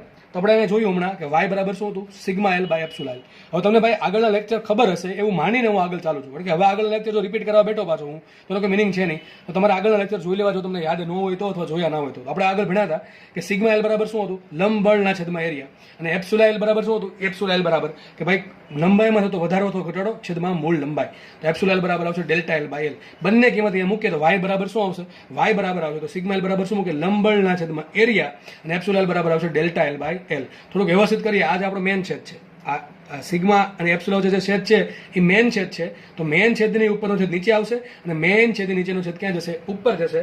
તો એ આપણે સૂત્ર બની ગયું delta L into y. Delta L મેં લીધા છે. ડેલ્ટા એલ ઇન્ટુ વાય બરાબર શું આવશે, એફ લમ ઇન્ટુ એલ બાય એ. શું આવશે, એફ લમ ઇન્ટુ એલ બાય એ. તો છેલ્લું સૂત્ર જે તમારે યાદ રાખવાનું છે, અને આ ચેપ્ટરમાંથી જીમાં અને નીટમાં અત્યાર સુધીમાં સૌથી વધુ જે દાખલા પૂછાણા હોય અને વારે વારે પૂછાતા આવે છે એ છે આ સૂત્રના આધારિત દાખલા. ભાઈ એક સૂત્ર પરથી કેટલી બધી વખત કેટલા દાખલા પૂછાય છે, તો આપણે સૂત્ર યાદ રાખવું ફરજિયાત છે. બરાબર છે. અને આ સૂત્ર પરથી ઘણા દાખલા સોલ્વ થશે અને આગળનું ચેપ્ટર આ સૂત્ર પર ડિપેન્ડ કરે છે. તો સૂત્ર યાદ રાખજો, ડેલ્ટા એલ બરાબર શું છે, એફ એલ બાય એવાય. શું છે, એફ એલ બાય એવાય. 5 વખત બોલવું, 10 વખત લખવું એટલે આરામથી યાદ રહી જાય. ડેલ્ટા એલ બરાબર એફ એલ બાય એવાય. હવે સૂત્ર ગોખવાથી કઈ મિનિંગ નથી, એને સમજવું પડે. ડેલ્ટા એલ શું છે, ડેલ્ટા એલ એમ કહે છે કે માનો કે કોઈ સળિયો હતો, એની લંબાઈ પેલા કેટલી હતી, એલ હતી, લંબાઈ હતી એલ. હવે તમે એના બંને છેડા પર આડછેદ, આનો ખબર ને આડછેદ આ પ્રમાણે હોય, બરાબર, આ પેન છે આડછેદ આ પ્રમાણે છે, બરાબર છે. એના આડછેદ પર લંબ રૂપે એટલે એફ લંબ લખ્યું છે. અને પહેલા લેક્ચરમાં બીજા લેક્ચરમાં સમજાવ્યું પણ છે એફ લંબનું શું મિનિંગ થાય. અને તમે એના બંને છેડા પર બે બાજુ એફ લંબ જેટલું બળ લગાડશો, ટૂંકમાં એફ બળ લગાડશો તો સળિયાની લંબાઈ વધશે. કેટલી લંબાઈ વધશે, આટલી વધશે. તો તમારે સૂત્ર યાદ રાખવાનું છે, ડેલ્ટા એલ બરાબર એફ એલ બાય એવાય. એવું લાગે તો હું બોલું છું એ તમારે તમારી રીતે અત્યારે લખી નાખવું. ડેલ્ટા એલ શું છે, સળિયાની લંબાઈમાં થતો વધારો. એફ શું છે, સળિયાના બંને છેડા પર લંબ રૂપે લાગતું લંબ બળ. એલ શું છે, સળિયાની મૂળ લંબાઈ. એ શું છે, સળિયાનું મૂળ આડછેદનું ક્ષેત્રફળ બળ લગાડ્યા પહેલાનું. અને વાય શું છે, વાય છે સળિયાના મટીરિયલનો યંગ મોડ્યુલસ. આખા હવે પછીનું ચેપ્ટર આ સૂત્ર પર આધારિત છે, એટલે તમારે યાદ રાખવું જરૂરી છે. 5 વસ્તુ તમે સમજાવી દીધી. ડેલ્ટા એલ શું છે, એફ શું છે, એલ શું છે, એ શું છે, ને વાય શું છે. આમાં વાય કોના પર ડિપેન્ડ કરે, વાય ડિપેન્ડ કરે મટીરિયલ પર, બાકી કોઈ વસ્તુ પર ડિપેન્ડ કરશે નહીં. ચલો હવે આપણે આગળ વધીએ. આમાં અલગ અલગ કેસ આપણે અલગ અલગ સૂત્ર બનાવવાના. ચલો જોઈએ આપણે. ચલો પેલો વાત કરીએ કે યંગ મોડ્યુલસના સ્વરૂપે ડેલ્ટા એલના સૂત્ર. ચલો પહેલો કેસ લઈએ. પહેલા કેસમાં શું કરવાનું છે, આનો દાખલો બહુ પૂછે છે. પહેલા કેસમાં કરવાનું આવું છે કે તમારી પાસે એક તાર હતો. ચલો તાર તો સળિયો કહી શકો. આ તારની લંબાઈ એલ છે, આ તાર માટે યંગ મોડ્યુલસ વાય છે, અને આ તાર જે છે એનો આડછેદનો એરિયા એ છે. અત્યારે દેખાતો નથી, કેમ, કારણ કે નીચે છે. અને મને આ પેન છે, એ પેન મને સ્ટીલની પેન છે. આખા ચેપ્ટરમાં એવું જ મને પેન છે, સ્ટીલની પેન છે. આ પેન તમે લટકાવી દીધી, આ પ્રમાણે ઊભી લટકાવી દીધી. તો એનો જે એરિયા છે, આ જે એરિયા છે એની વાત, એ એરિયા કેટલો છે, એ છે, બરાબર. એરિયા શું છે, આડછેદનું ક્ષેત્રફળ છે. આ તમે આ પ્રમાણે તારને અથવા સળિયા લટકાવી દીધો અને એની નીચે બાહ્ય કેપિટલ એમ દળ લટકાવેલું છે. શું કર્યું આપણે કે તારને શિરોલંબ લટકાવી તેના છેડે કેપિટલ એમ જેટલું દળ લટકાવતા તારની લંબાઈમાં કેટલો વધારો થાય એ મારે શોધવો છે. દાખલા પૂછાય છે. સૂત્ર શું હતું, સૂત્ર આવું જ હતું કે ડેલ્ટા એલ બરાબર એફ એલ બાય વાય. પણ ઘણા કેસ આપણે ખબર કેમ પડે, ડેલ્ટાનું સૂત્ર આવા પ્રમાણે છે. યાદ રાખજો, જ્યારે પણ તમને તારની લંબાઈનો વધારા ઘટાડાની વાત કરે અને રકમમાં યંગ મોડ્યુલસ આપ્યું હોય ત્યારે આંખ વીંચીને આ સૂત્ર મૂકી દેવું, ડેલ્ટા એલ બરાબર એફ એલ બાય એવાય. ચલો આપણે અલગ અલગ પદની વાત કરીએ. તો આપણે આ કેસમાં એફ શું બનશે, એફ શું છે, એફ એવું બળ છે કે જે સળિયાની લંબાઈ વધારે છે અને સળિયાના આડછેદને લંબ રૂપે લાગે છે. તો વિચારો, આપણા કેસમાં સર એવું કયું બળ છે કે જે સળિયાની લંબાઈ વધારે છે અને સળિયાના આડછેદને લંબ રૂપે લાગે છે. સીધી વાત છે કે સર આપણે જે તાર છે એ તારની નીચે કેપિટલ એમ દળ લટકાવ્યું છે. કેપિટલ એમ દળ લટકે છે તાર વડે, તો એ બળ શું કરશે, એના પર ગ્રેવિટેશનના કારણે એનું વજન બળ લાગશે તાર પર. અને આ દળ સહન કોને કરવાનું છે, આ દળ કોણ સહન કરશે, આ તાર સહન કરશે. તાર કઈ રીતે સહન કરશે, તારમાં લાગશે તણાવ બળ. ચેપ્ટર નંબર 5 તો આવડતું જ હશે એવું માની લઈએ છીએ, બરાબર છે. તો થશે એવું કે ભાઈ ઉપરનો જે છેડો છે એને કોણ જકડી રાખે છે, આ ઉપરનો સપોર્ટ. આ જે પદાર્થ છે એને કોણ જકડી રાખે છે, આ તાર જકડી રાખે છે. આવું કરવામાં તાર પર કયું બળ લાગે, તાર પર બળ લાગશે તણાવ બળ, બરાબર છે. નીચેનો છેડો ટૂંકમાં આખો તાર આમ તો તણાવ બળ ટી અનુભવશે. તો આપણે માનો કે આ તાર અહીંયા છે, આ ઉપરનો છેડો નીચેનો છેડો બરાબર છે, નીચે બળ લાગે છે mg, તારમાં ઉત્પન્ન તણાવ બળ t, અહીંયા પણ નીચે લાગે બળ t, ઉપર તણાવ બળ લાગે t. જો આ t કેમ જો આ t ક્યાંથી લાગશે? કારણ કે આ t ક્યાં લાગે? અરે આ જે સપોર્ટ છે એ તારને લટકવા માટે જે પણ સપોર્ટ આપ્યો હશે એ સપોર્ટ તાર પર બળ લગાડશે ઉપર તરફ, બરાબર છે? કેટલું હશે? t જેટલું જ હશે. આપણે ખબર છે કેમ સર t જેટલું હોય? સંતુલિત અવસ્થા માટે શું હશે? સંતુલિત અવસ્થા માટે તાર પર જે નીચે બળ લાગે છે તાર પર ઉપર બળ લાગતા હોય તો ઇન શોર્ટ સાબિત શું થશે? mg બરાબર t. આવું બધું ચેપ્ટર 5 માં સમજાવેલું છે, જોયું ના હોય તો જોઈ લેવું, બરાબર છે? તો આપણે આ ખબર પડી ગઈ આપણને આ કેસમાં કે જો તારને શિરોલંબ લટકાવી અને તાર પર આપણે તારના છેડે કેપિટલ M દળ લટકાવશું તો તારની લંબાઈ વધારે એવું બળ કયું છે? mg. એટલે કે એક્ઝેક્ટલી કયું બળ છે? આમ તો તારની લંબાઈ વધારે બળ કયું છે? t છે, તણાવ બળ. યાદ રાખજો તારની લંબાઈ કોણ વધારે છે? તારની લંબાઈ વધારે છે, તાર પર લાગતું તણાવ બળ t. અને t કેટલું હશે? mg જેટલું હશે. આના બરાબર શું હશે? f લંબ, બરાબર ને? હવે હું f લંબ વાંચું છું, બરાબર? આ તમારી જાણકારી માટે, બરાબર? તમે સૂત્ર ખાલી આવું લખો FL બાય તો પણ કઈ વાંધો છે ને. આ તો જસ્ટ લંબ એટલા માટે લખવું છે, શું દર્શાવે છે કે તમારી સપાટીને લંબ લેવાનું છે, બસ એટલું જ, બરાબર? તો આપણે મળી ગયું f લંબ બરાબર t બરાબર શું હતું? mg, બરાબર? તો આપણે કામ કરીશું, સૂત્ર ખાલી કિંમત મૂકી દઈએ. f લંબ બરાબર શું આવશે? mg. m છે બાહ્ય દળ, બરાબર? m શું છે? બાહ્ય દળ છે. g તો ખબર છે ગ્રેવિટેશન, આપણે જે એક્સેલરેશન. l છે તારની મૂળ લંબાઈ, a છે તારનું મૂળ આડછેદનું ક્ષેત્રફળ અને y છે યંગ મોડ્યુલસ. ખબર પડે કે ન પડે? સીધી વાત છે. તારના છેડે બળ આપણે વજન લટકાવીએ, દળ લટકાવીએ તો એના કારણે ખેંચાણ બળ લાગે. એ ખેંચાણ બળને આપણે સિમ્પલ કહીએ તણાવ બળ, અને તણાવ બળના કારણે તારની લંબાઈમાં વધારો. કેટલો વધારો થાય? આટલો વધારો થાય. રકમમાં તમને m આપી દે, g આપી દે, l આપી દે, a આપી દે, y આપી દે, તો તમને શું મળી જશે? ડેલ્ટા L મળી જશે. હવે તમારામાંથી ઘણાને પ્રશ્ન થાય કે સર શું આપણે બાહ્ય બળ લગાડીએ તો જ તારની લંબાઈ વધે? એના કરતાં શું તાર સર પોતે ભારે હોય? તાર કેવો હોય? પોતે ભારે હોય. વિચારો, એક તાર છે પોતે ખૂબ ભારે છે અને એને આપણે પ્રમાણે ઊભો લટકાવી દઈએ તો શું સર એના પર પણ mg લાગે? તો શું mg ના કારણે, તારના પોતાના વજનના કારણે તારની લંબાઈ નહીં વધે? સર વધશે, 100% વધશે. કઈ રીતે વધશે? આપણે નેક્સ્ટ ટોપિક છે કેસ 2 એ જ જોવાનો છે. એ પેલા કેસ 1 જોઈ લો. કેસ 1 માં મેં એવું ધાર્યું છે કે તારનું પોતાનું દળ અવગણેલ છે. ઇન શોર્ટ કહેવા એમ માંગે છે, માનો કે તારનું દળ છે સ્મોલ m, પણ સ્મોલ m ધારો કે 10 ગ્રામ છે અને આ તમે લટકાવ્યું 5 કિલો. સીધી વાત છે, 5 કિલો એટલે 5000 ગ્રામની સરખામણીમાં તમે 10 ગ્રામ 5 ગ્રામને અવગણી શકો. ઇન શોર્ટ કહેવા એવું માંગુ છું કે તારનું દળ અત્યારે આપણે અવગણેલ છે. ટૂંકમાં એવું માનું છું તારનું પોતાનું દળ છે નહીં, ખાલી આપણે બાહ્ય બળ લટકાવ્યું છે, બાહ્ય દળ સોરી, અને બાહ્ય દળના કારણે તારની લંબાઈમાં કેટલો વધારો થાય? આટલો વધારો થાય. હવે આપણે નેક્સ્ટ કેસ 2 એવો જોઈએ કે સર આપણે બહારથી કોઈ દળ નથી લટકાવતા, પણ તાર પોતે જેટલો બધો ભારે છે તો પોતાના જ વજનના કારણે એમાં કેટલી લંબાઈમાં વધારો થાય. ચલો કેસ 2 ચર્ચા કરીએ આપણે, જે મોસ્ટ ટાઈમ કેસ છે. તો નેક્સ્ટ કેસ 2 છે આપણો કે તારના પોતાના દળ સ્મોલ m ના લીધે તેને શિરોલંબ લટકાવતા તેની લંબાઈમાં થતો વધારો. બે કેસમાં ફરક શું છે? પહેલામાં આપણે તારને અવગણિત દળ વાળો ધાર્યો હતો અને નીચે વજન લટકાવ્યું હતું, દળ લટકાવ્યું હતું. જ્યારે અહીંયા શું છે? કોઈ દળ લટકાવો નથી, તાર પોતે જ ભારે છે અને પોતાના જ દળને કારણે કેટલી લંબાઈ વધે એવું આપણે સમજવાનું છે. માનો કે કોઈ તાર છે, આ પ્રમાણે ઊભો લટકાઈ દીધો છે, એની લંબાઈ l છે, એનો એરિયા એટલે નીચેનો એરિયા, બરાબર? આ પ્રમાણે ક્રોસ સેક્શન એરિયા કે હશે જે પણ હોય એરિયા a છે અને યંગ મોડ્યુલસ y છે, બરાબર? જે લખ્યું છે તારની લંબાઈ સ્મોલ l છે, આડછેદનું ક્ષેત્રફળ a છે, તારના દ્રવ્ય માટે યંગ મોડ્યુલસ y છે, તારનું પોતાનું દળ છે સ્મોલ m અને તારનું વજન કેટલું થશે? તારનું વજન થશે સિમ્પલ mg. હવે સર સૂત્ર શું આવશે? સૂત્ર તો આ જ હતું, આપણું જે જૂનું સૂત્ર હતું એ સૂત્ર શું હતું? ડેલ્ટા L બરાબર FL બાય AY. સૂત્ર શું હતું? ડેલ્ટા L બરાબર FL બાય AY. પણ યાર પ્રોબ્લેમ જોવામાં કઈ થાય ખબર છે તમને? સમજાવો એક્ઝેક્ટ પ્રોબ્લેમ ક્યાં છે.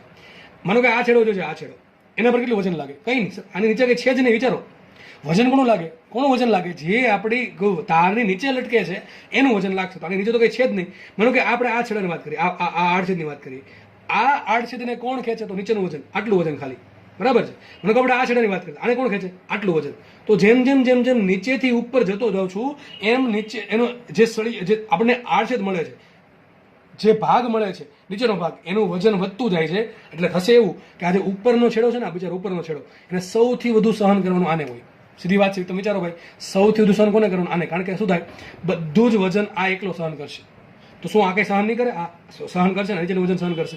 આ કેટલું સહન કરે? 0 સહન કરે. તો એ પ્રોબ્લેમ આવી. પ્રોબ્લેમ કઈ આવી? mg તમારે લેવું ક્યાં? અહીંયા કઈ વજન લાગતું જ નથી. અહીંયા આ જે છેડો છે એની લંબાઈમાં વધારો નહીં થાય, કારણ કે નીચે કોઈ ખેંચવાળું જ નથી. જ્યારે આ છેડો છે એના પર મેક્સિમમ બળ લાગે છે, આખા સળિયાનું વજન બળ આ છેડા પર વધારે લાગે. એટલે ટૂંકમાં આના પર લાગશે. આના પર કેટલું લાગશે? નીચેનો જે છેડો છે એટલું. ટૂંકમાં વિચારો ને ભાઈ, આના પર કેટલું બળ લાગે? નીચેનો જે વજન છે એ આના પર બળ લગાડશે અને આને ખેંચવાનો ટ્રાય કરશે. સર આ કેસ સોલ્વ કેમ કરવો? કેસ સોલ્વ કરવાના બે રસ્તા છે. પહેલા તમને એકદમ ઇઝી મેથડ શીખવાડું છું, પછી તમને સાબિત કરીને હું આપી દઈશ. પહેલા એટલું મગજમાં રાખો. વિચારો કે આ સળિયા પર દરેક જગ્યાએ અલગ અલગ વજન બળ લાગે. આપણે જોયું છે અલગ અલગ ક્રોસ સેક્શન પર, અલગ અલગ આડછેદ પર અલગ અલગ વજન બળ લાગે છે આખા સળિયાનું. તો કરવાનું શું? વિચાર કરો, કંઈ નહીં. આપણે ભણેલા છે સેન્ટર ઓફ માસ. તમને બધાને ખબર છે સેન્ટર ઓફ માસ કોને કહેવાય, દ્રવ્યમાન કેન્દ્ર કોને કહેવાય, વ્યાખ્યાત વડે ભણેલા છીએ.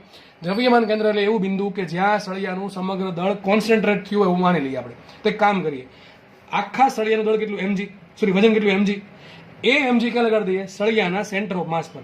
હવે સળિયાનું સેન્ટર ઓફ માસ ક્યાં હોય, એક્ઝેક્ટલી વચ્ચે, બરાબર. આખા સળિયાની લંબાઈ l છે, તો સેન્ટર ઓફ માસ ક્યાં હશે, ઉપરથી l/2 ની લંબાઈ પર અથવા નીચેથી l/2 લંબાઈ પર, ટૂંકમાં વચ્ચે હશે, બરાબર છે. હવે આપણે એવું જ માનશું કે આખા સળિયાનું વજન ક્યાં લાગે છે, અહીંયા લાગે છે. વિચારો, આખા સળિયામાં, ટૂંકમાં બીજે ક્યાંય વજન લાગતું જ નથી, તો આખા સળિયામાં વજન લાગે છે આ ભાગ પર. વિચારો, બરાબર છે. તો વિચારો નીચેના ભાગ પર કેટલું વજન લાગે, કંઈ નહીં. તો નીચેનો ભાગ ઘડી કાઢી નાખો.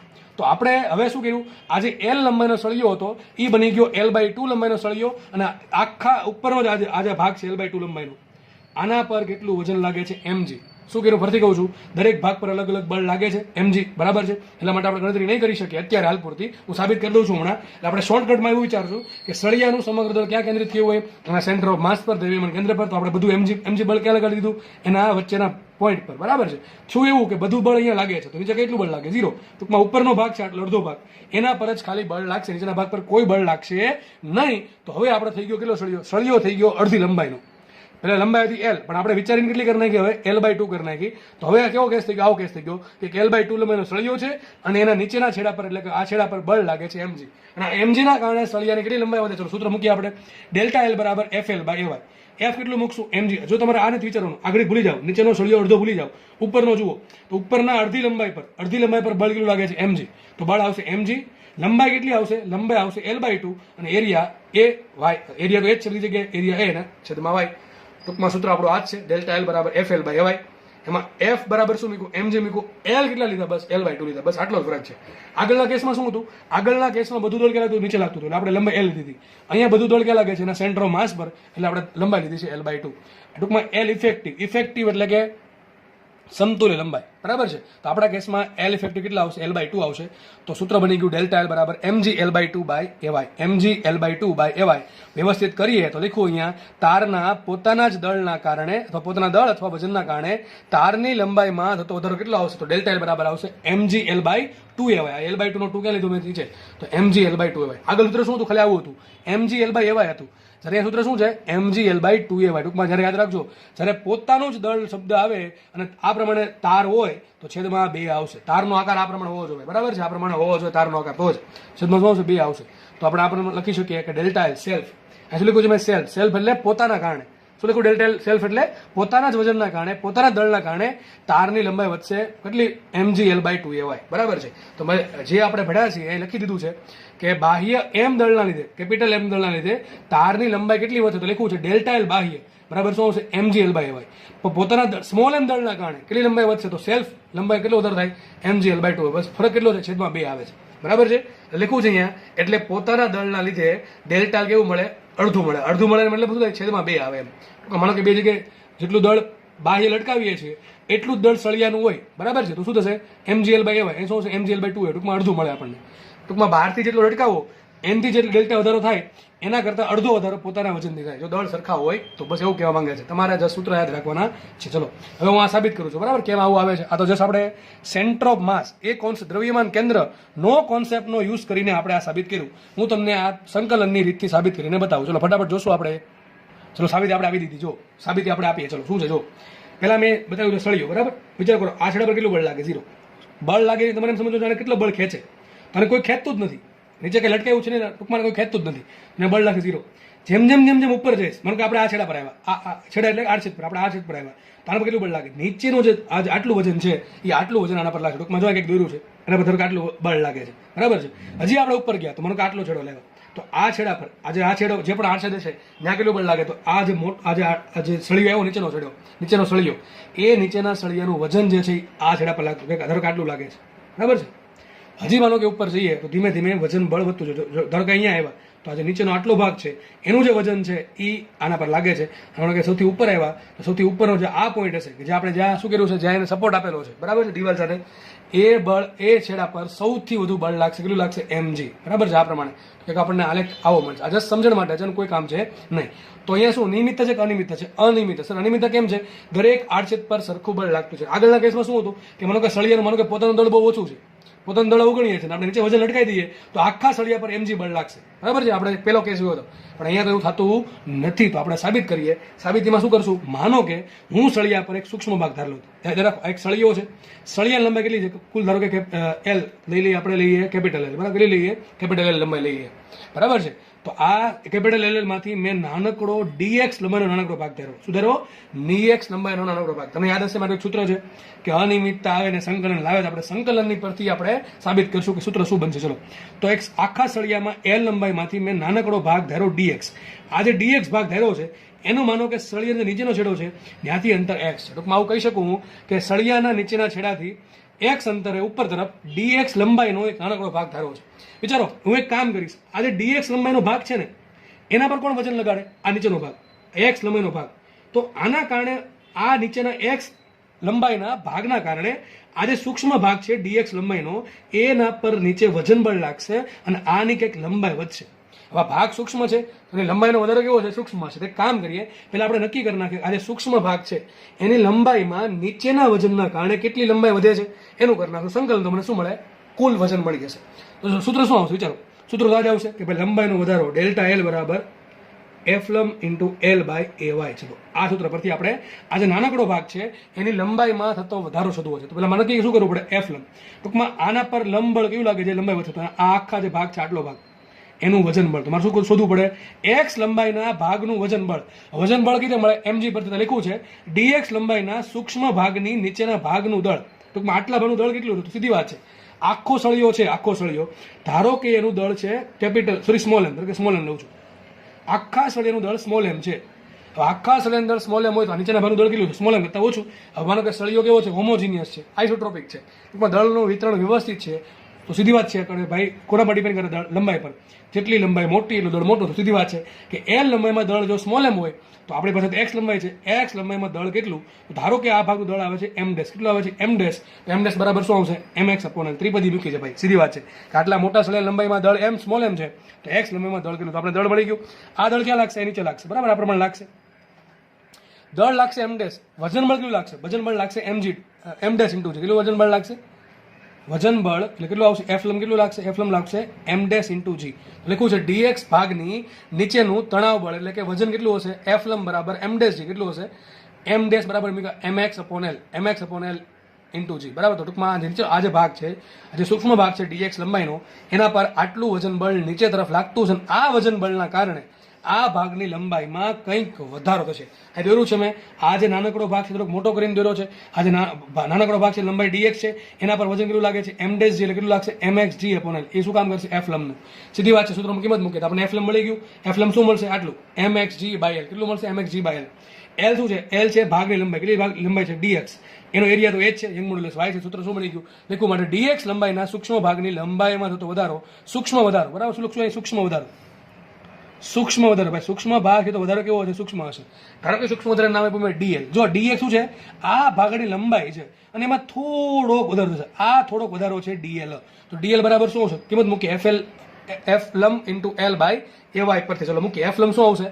mx g upon L into G into L શું આવશે? તો આ ભાગની લંબાઈ કેટલી છે? dx. dx ના છેદમાં એનો એરિયા તો એ જ છે, યંગ મોડ્યુલસ y છે. તો આપણે સૂક્ષ્મ dl મળી ગયું. dl બરાબર mg upon L A Y into x dx. જે લોકો જડત્વની ચાક માત્રા જોઈ હશે એને બધું ઈઝી લાગશે. બરાબર, બાકીના કદાચ નવું લાગી શકે. સાબિતી જડત્વની ચાક માત્રા જોઈ છે એની. તો આપણે સૂક્ષ્મ લંબાઈનો વધારો મળી ગયો. આનું શું કર્યું? સંકલન કર્યું. અલગ પેજમાં કરેલ છે, આપણે સમજાવી દઈએ. તો આપણે સાબિત કર્યું dl બરાબર શું હતું? mg l upon L A Y into x dx. આનું શું કરીએ? સંકલન કરીએ. મને શું મળશે? કુલ વધારો. તો કુલ વધારો આવશે સંકલન ડીએલ. ડીએલ ની કિંમત મૂકીએ mg upon L A Y into x DX. M છે કુલ દળ, જી છે ગ્રેવિટેશનલ એક્સલરેશન, એલ છે કુલ લંબાઈ, એ છે આરસીનું ક્ષેત્રફળ, વાય છે યંગ મોડ્યુલસ. આ બધી વસ્તુઓ ચલો બહાર કાઢે શું આવશે? mg upon L A y. સંકલન આવશે x ઇન્ટુ ડીએક્સ નું. x શું હતું કે જે આપણે ભાઈ જે પણ સળિયો છે એમાં તમે જે પણ આરછેદ પસંદ કર્યો છે એનું નીચેના છેડાથી અંતર હતું. તો x અચળ નથી એટલે અંદર રાખ્યા આપણે. અને x ની લિમિટ શું હતું? x આપણે અહીંથી માપવાનું. અહીંથી x ની કિંમત 0 છે અને x ની કિંમત કેટલી આવે? વધુમાં વધુ l આવે. તો આપણે લિમિટ આવશે 0 થી l.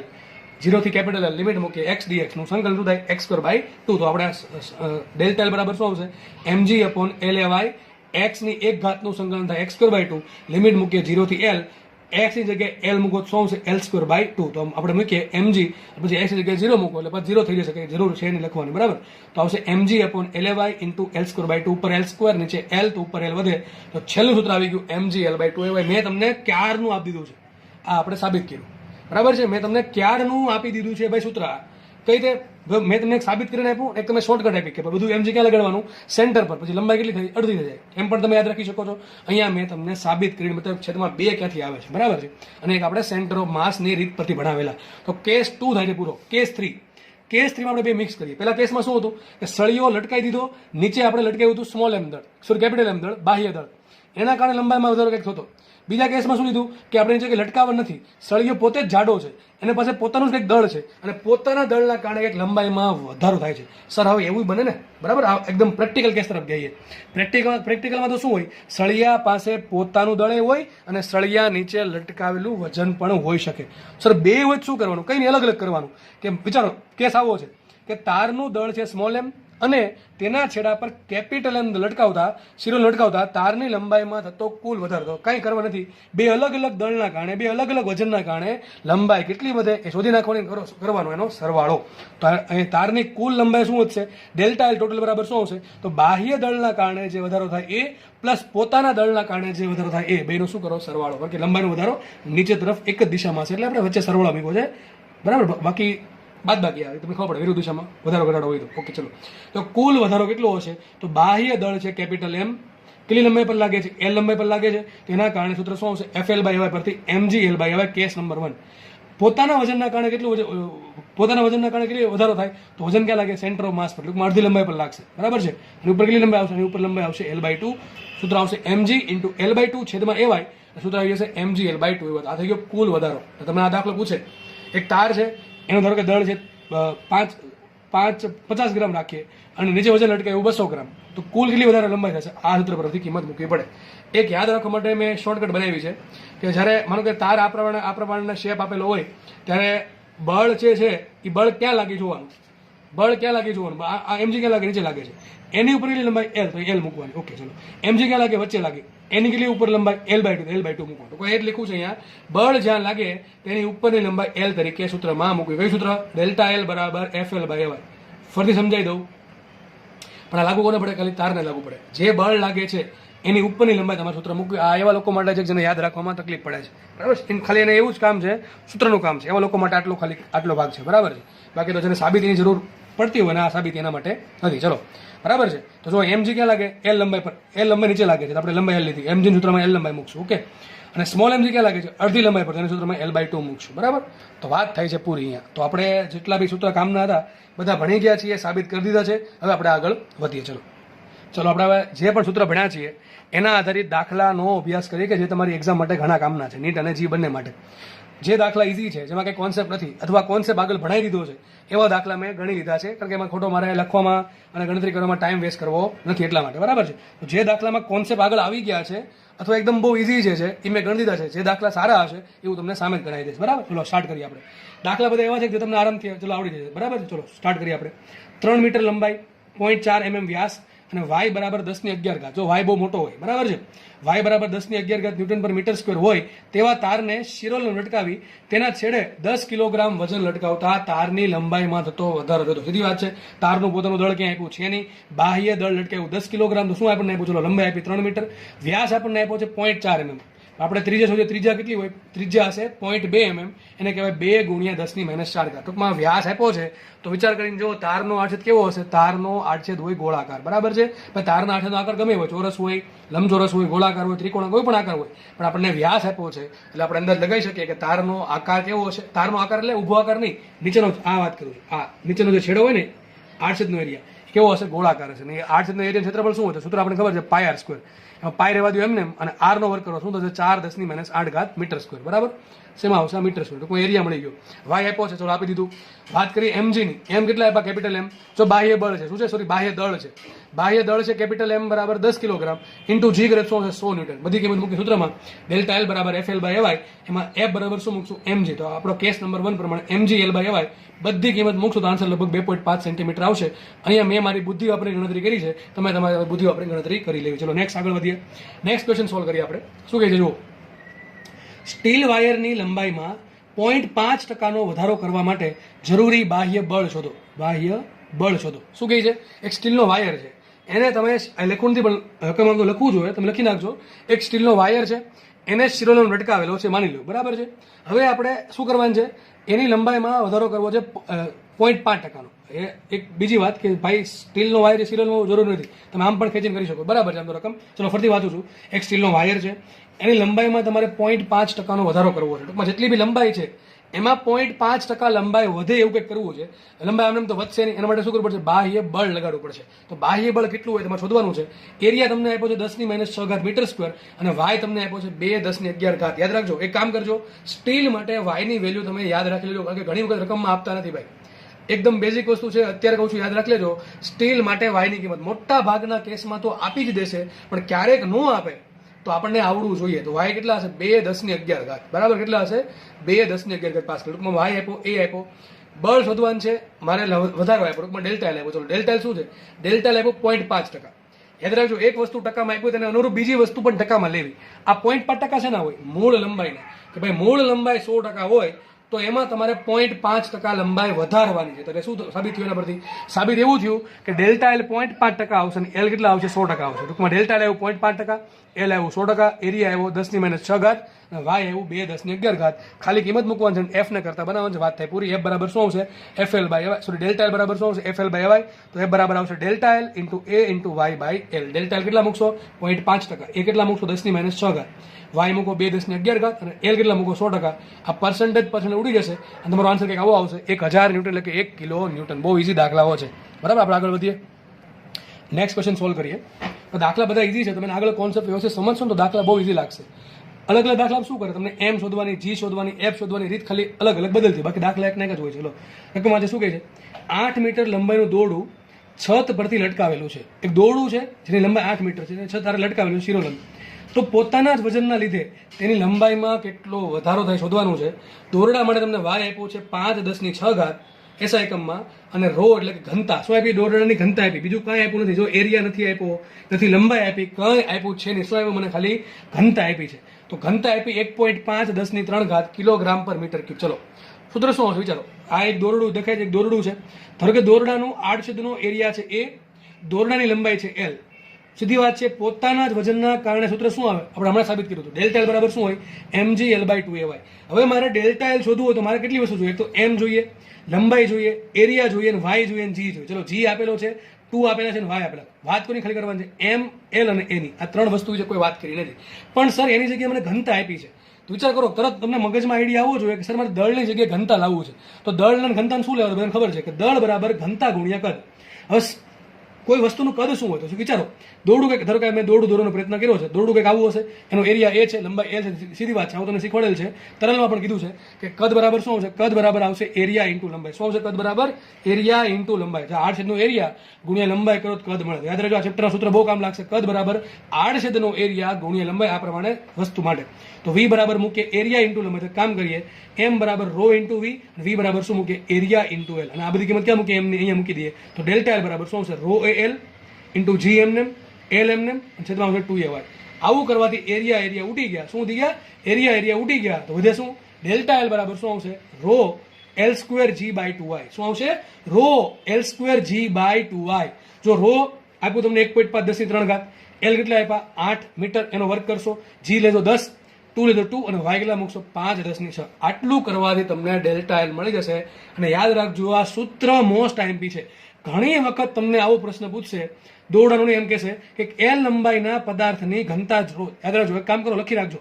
હું જે બોલું છું એ ક્યાંક ચોપડામાં લખી રાખજો. દાખલો, ચલો મહેનત લખો પણ તમે લખી નાખજો કે એલ લંબાઈના સળિયો અથવા દોરડો, જે પણ કે એલ લંબાઈનો પદાર્થ છે, એને ઊભો શિરોલંબ લટકાવેલો છે, એની ઘનતા રો હોય તો એના ખુદના વજનના કારણે, પોતાના જ વજનના કારણે એની લંબાઈમાં કેટલો વધારો થતો. ડેલ્ટા એલ બરાબર આવશે rho g L square by 2y. મગજમાં રાખજો, સૂત્ર પૂછાય એવું છે, rho g L square by 2y. આ સૂત્ર ક્યારે મૂકવાનું? દળ આપ્યું હોય તો. આ ક્યારે મૂકવાનું? ઘનતા આપ્યું હોય તો. તો એક વસ્તુ સાબિત થઈ. જ્યારે દળ આપ્યું હોય ને ત્યારે delta L proportional to L છે, પણ જ્યારે ઘનતા આપી હોય ત્યારે delta L proportional to L square છે. એટલે મગજમાં રાખજો. શું કહું છું હું?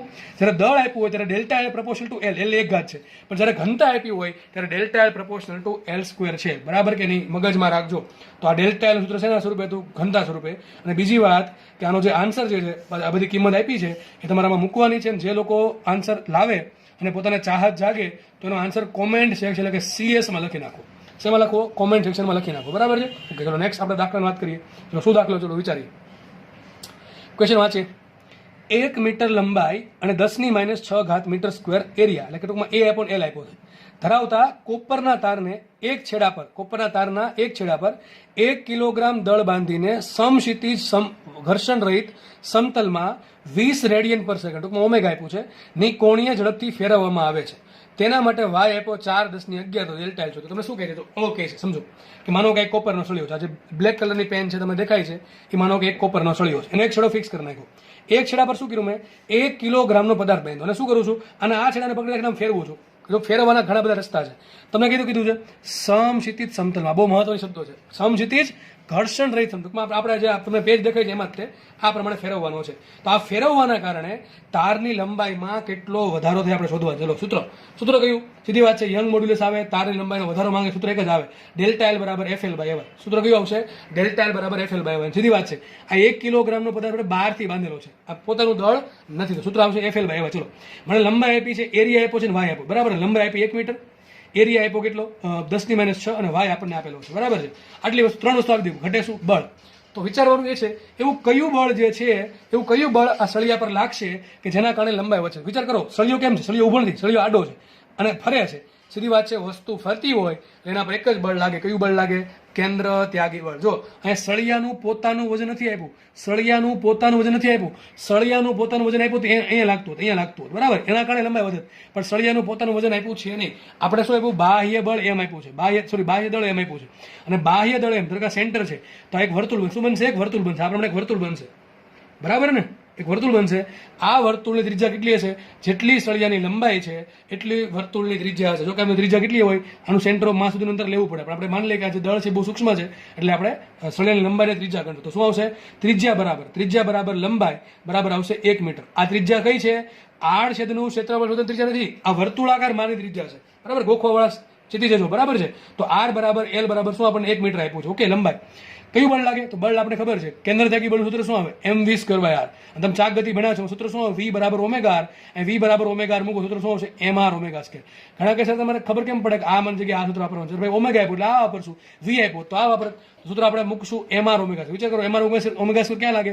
તો સળિયાની જે લંબાઈ છે, માનો કે પેન એની જે લંબાઈ છે, એનું જે આડછેદનું એરિયા છે એને લંબ રૂપે લાગશે. તો આપણા કેસમાં F લંબ બરાબર શું આવશે? કેન્દ્ર ત્યાગી બળ FC એટલે સેન્ટ્રીપેટલ ફોર્સ. બરાબર છે? સેન્ટ્રીફ્યુગલ ફોર્સ FC બરાબર આવશે mv²/r બરાબર આવશે mr ઓમેગા². બરાબર છે? તો આપણને મળી ગયું FL બરાબર કેટલું મળી ગયું? mr ઓમેગા². ખાલી જસ્ટ અહીં કિંમત મૂકવાની છે. તો શું મૂકશો અહીંયા? FL બરાબર F લંબ બરાબર mr ઓમેગા² × L/AY. m શું છે? બાહ્ય દળ કેટલું છે? 1 કિલોગ્રામ. r શું છે? લંબાઈ કેટલી છે? 1 મીટર. બરાબર છે? r બરાબર L બરાબર 1 મીટર. ઓમેગા કેટલું આપ્યું? 20 રેડિયન પર સેકન્ડ. L તમને આપ્યું પાછું 1 મીટર. એ કેટલું આપ્યું? 10⁻6 ઉપર આપ્યું છે. વાય આપ્યો 4×10⁻11. આ બધી વસ્તુ તમે મૂકશો એટલે તમને ડેલ્ટા એલ મળશે. દાખલો IMP. હજી કહું છું, દાખલો IMP છે, તમારે ખાલી જસ્ટ ઓળખવાનું છે કે લંબાઈમાં કયો બળ વધારો કરે છે. બસ અહીંયા તારને ઊભો નથી લટકાવ્યો. ઊભો લટકાવ્યો તો કયું બળ આવે? mg આવે. પણ તાર અહીંયા આડો છે તો mg નું કોઈ કામ નથી. mg શું ક્યાં નીચે લાગશે, એના કારણે લંબાઈ વચ્ચે નહીં, પણ તાર પર એક બીજું બળ લાગશે, બીજું કેન્દ્ર ત્યાગી બળ લાગશે. કેટલું લાગશે? mv²/r અથવા mr ઓમેગા², જેના કારણે તારની લંબાઈ વધશે. તો બસ એ જ ખાલી ઓળખવાનો કેસ હતો. ચલો આપણે આગળ વધીએ. અહીંયા મેં તારનું દળ લીધું નહીં. જો તારનું દળ લીધું હોત તો તમારે અહીંયા એક હજી બળ લાગે. કયું? mr ઓમેગા² પોતાનું. પણ ક્યાં લાગે? અહીંયા લાગશે. બરાબર? અડધા અંતર સેન્ટર ઓફ માસ પર મૂકી દો, દાખલો સોલ્વ થઈ જાય. આનો જે આન્સર આવે એ તમારે કોમેન્ટમાં લખવાની ઈચ્છા તો લખી દેવું. બરાબર છે? ઓકે, આપણે આગળ વધીએ. નેક્સ્ટ ક્વેશ્ચન વાંચે. થોડોક મોટો છે પણ બહુ ઇઝી દાખલો છે. શું કહે છે? જુઓ, આકૃતિમાં દર્શાવ્યા મુજબ સ્ટીલના તારના છેડે M1 દળ લટકાવી ત્યારબાદ બ્રાસનો તાર લટકાવી તેના છેડે M2 દળ લટકાવેલ છે. સ્ટીલ માટે તમને યંગ મોડ્યુલસ આપ્યો છે 2 × 10⁻11 પાસ્કલ. બ્રાસ માટે તમને યંગ મોડ્યુલસ આપ્યો 0.9 × 10⁻11 પાસ્કલ. લખ્યું છે સ્ટીલના તારની ત્રિજ્યા 2 સેન્ટીમીટર અને બ્રાસના તારની ત્રિજ્યા 1 સેન્ટીમીટર હોય તો ડેલ્ટા એલ ટોટલ શોધવાની રકમ આપણે વાંચી લીધી. આકૃતિ સમજીએ શું કહે છે આકૃતિ જુઓ. એક સ્ટીલનો તાર છે, એની નીચે તમારે વજન લટકાવવાનું છે M1. M1 આપ્યું 6 કિલોગ્રામ, બરાબર છે. બીજો એક હવે M1 લટકાવ્યા પછી શું કરવાનું છે, એક બ્રાસનો તાર છે, એ લટકાવીને બ્રાસના તારની નીચે વજન લટકાવવાનું 4 કિલોગ્રામ. આ પ્રમાણે આખું તંત્ર ઊભું કર્યું. શું કર્યું આપણે, સ્ટીલનો તાર લીધો, વજન લટકાવ્યું 6 કિલોગ્રામ, પછી નીચે શું કર્યું, બ્રાસનો તાર લીધો 1 મીટર લંબાઈનો, વજન લટકાવ્યું 4 કિલોગ્રામ. તો ક્વેશ્ચન એમ છે સ્ટીલના તારની લંબાઈમાં કેટલો વધારો થાય, બ્રાસના તારની લંબાઈમાં કેટલો વધારો થાય અને તમારે કુલ વધારો શોધવાનો છે. એટલે શું છે, M1 બરાબર 6 કિલોગ્રામ, M2 બરાબર 4 કિલોગ્રામ. સ્ટીલના તારની ત્રિજ્યા આપણને આપી 2 સેન્ટીમીટર અને બ્રાસ માટે ત્રિજ્યા આપી 1 સેન્ટીમીટર.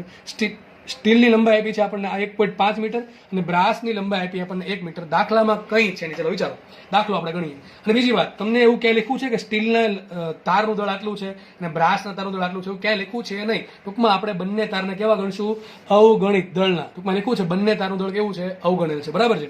એક કામ કરીએ, સ્ટીલના તાર માટે વાત કરીએ. ચલો સ્ટીલના તારની લંબાઈ સૂત્ર પહેલા શું આવશે, સૂત્ર આવશે FL/y. સૂત્ર શું આવશે સ્ટીલ માટે, FL/y. ચલો એફ આપણે કામ કરીએ સાઈડમાં રાખીએ. એલ શું છે, એલ આપ્યું 1.5 મીટર. એ શું છે, એરિયા આપણે શોધવો પડશે. એરિયા સૂત્ર શું આવશે વિચારો, સૂત્ર શું આવશે એરિયાનું. તો સ્ટીલ માટે ત્રિજ્યા કેટલી આપી, સ્ટીલ માટે ત્રિજ્યા આપી 2 સેન્ટીમીટર, બરાબર છે. તો સ્ટીલના તારની એરિયા નીચેનો આ જે આડછેદનો એરિયા હોય એની વાત કરીએ, આ જે એરિયાની, બરાબર છે. એરિયા સૂત્ર શું છે, πr². તો મૂકે π × 2 × 10⁻2 વર્ગ, બરાબર છે. આ 2 સેન્ટીમીટર છે અને તમારે કરવાનું છે મીટરમાં. શું લખાય ને, r બરાબર આવશે 2 × 10⁻2 એનો કરવાનો છે વર્ગ, બરાબર. તમારે હાથે કરવાનું છે. ટૂંકમાં આપણને લંબાઈ આપી છે, એરિયા આપ્યો છે, યંગ મોડ્યુલસ y પણ આપ્યો, ઘટે શું ખાલી f લંબ. ટૂંકમાં હવે વિચારવાનું એ રહ્યું કે સ્ટીલના તારની લંબાઈમાં વધારો કયા કયા બળ કરે. ચલો વિચારો આ છેડો વિચારો, સ્ટીલનો આ છેડો વિચારો. જો ઉપરનો તો કઈ દળ છે જ નહીં, એટલે આપણે ત્યાં કંઈ બળ લાગશે નહીં. અહીંથી બળ લાગવાનું સ્ટાર્ટ કરે, કયું બળ લાગશે, તો mg લાગશે. સોરી પહેલા આ M1 દળના કારણે કેટલું બળ લાગે, M1g લાગે. પછી કોણ બળ લગાડે, આ બ્રાસનું દળ પર આને ઉપાડવાનું છે ને. સ્ટીલને કોનું દળ ઉપાડવાનું છે, એક તો M1 ઉપાડવાનું છે, આ બ્રાસનું પોતાનું બ્રાસનું દળ ઉપાડવાનું છે અને M2 દળ પણ સ્ટીલને ઉપાડવાનું છે. તો સ્ટીલના વાયર પર કુલ 3 બળ લાગે. જો પોતાનું દળ ના હોય તો કયા કયા બળ લાગે, એક તો M1 લાગે, આ બ્રાસ વાયરનું બળ લાગે અને M2 નું બળ લાગે. પણ સર આ બ્રાસનું દળ તો છે નહીં, કારણ કે બંને તાર કેવા છે, અવગણિત દળના છે. ટૂંકમાં હવે સ્ટીલના તારને 2 જ વસ્તુ સહન કરવાની રહી, એક તો M1 નું વજન અને M2 નું વજન. તો સ્ટીલના તાર પર કેટલું વજન લાગશે, M1g + M2g. કેટલું લાગે, M1 છે 6 અને M2 છે 4, તો 6 ને 4 10 કિલો, બરાબર ને, 10 ગ્રામ, સોરી 10 કિલો. તો 10 કિલોના બળ કેટલું લાગે, 10 × g એટલે કેટલા આવશે, 100 આવશે ભાઈ. કેટલા આવશે, 100. આ જી છે ગ્રેવિટેશનનો જી છે, બરાબર છે. તો સ્ટીલના વાયર પર આટલું વજન લાગે, કેટલું લાગે, 100. એરિયા આપ્યો, એલ આપ્યો, વાય આપ્યો, બધું આપી દીધું છે. તો એફ કેટલા મૂકશો, 100 મૂકો. એલ લંબાઈ આપી 1.5 મીટર, એરિયા કેટલા મૂકશો, 2 π × 4 × 10⁻4 અને વાય કેટલા મૂકશો, 2 × 10⁻11. તમને શું મળશે, ડેલ્ટા L1, એટલે કે સ્ટીલ માટે લંબાઈ મળી ગઈ. સેમ વસ્તુ બ્રાસ માટે વિચારીએ.